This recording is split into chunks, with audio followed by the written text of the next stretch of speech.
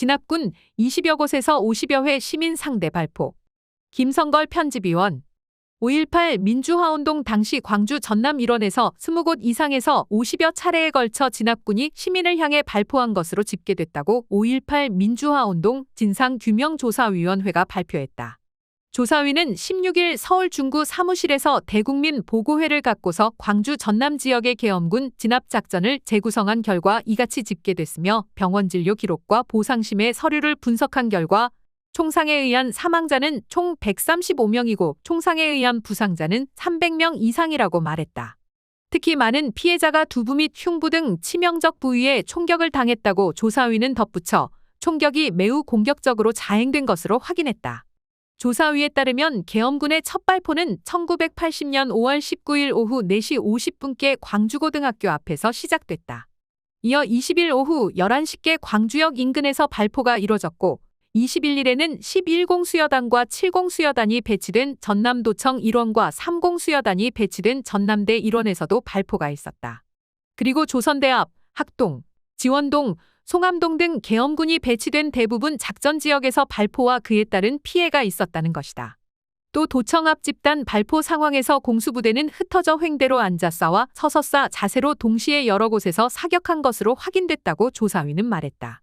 나아가 공수부대는 망원조준경을 장착한 저격수를 전남도청 인근의 주요 건물에 배치한 후 시민들을 향해 발포했고 이 적격 사격으로 여러 명의 시민이 사망했다고 강조했다. 따라서 도청 앞 집단 발포는 우발적인 총격이 아닌 의도적인 발포였다는 점을 강력히 시사했다. 피해자들의 고통은 현재도 진행형이다. 43년이 지난 지금도 몸 안에 박힌 총탄을 제거하지 못한 채 후유증으로 신음하는 이들이 다수 있다. 5.18 민주화운동 당시 계엄군의 진압작전 과정에서 희생된 사망자 166명 가운데 14세 이하의 미성년자가 8명, 여성이 12명, 장애인 및 60세 이상의 노령자가 5명이었다. 조사위는 저항 능력이 없거나 시위와 무관한 다수의 민간인이 계엄군의 폭력적 진압 과정에서 사망했음을 확인했다고 설명했다. 장애 9등급 이상의 중증 피해자들을 분석한 결과 5월 18일 이후 날짜가 지날수록 시위 진압은 갈수록 폭력성이 심해진 것으로 나타났다.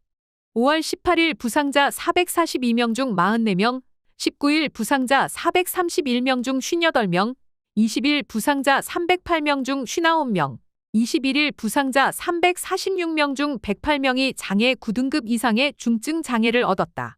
상해 유형을 분석한 결과 전체 피해자의 70% 이상이 상체에 피해를 입었으며 사상자들을 방치하거나 응급처치 등의 과정 없이 트럭에 실어 연행하면서 피해가 더 심해졌다는 사실도 발견했다는 것이다.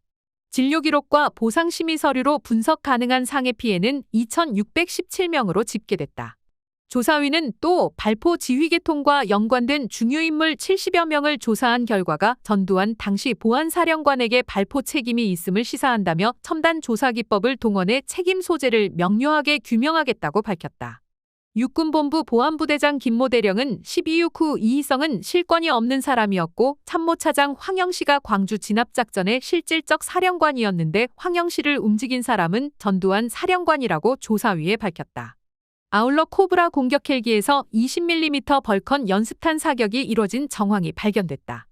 조사위는 2022년 3월 헬기 사격이 이뤄진 것으로 추정된 조선대 절토지에 대한 현장 조사를 실시하고 20mm 벌컨 연습탄두 1개를 발견했다.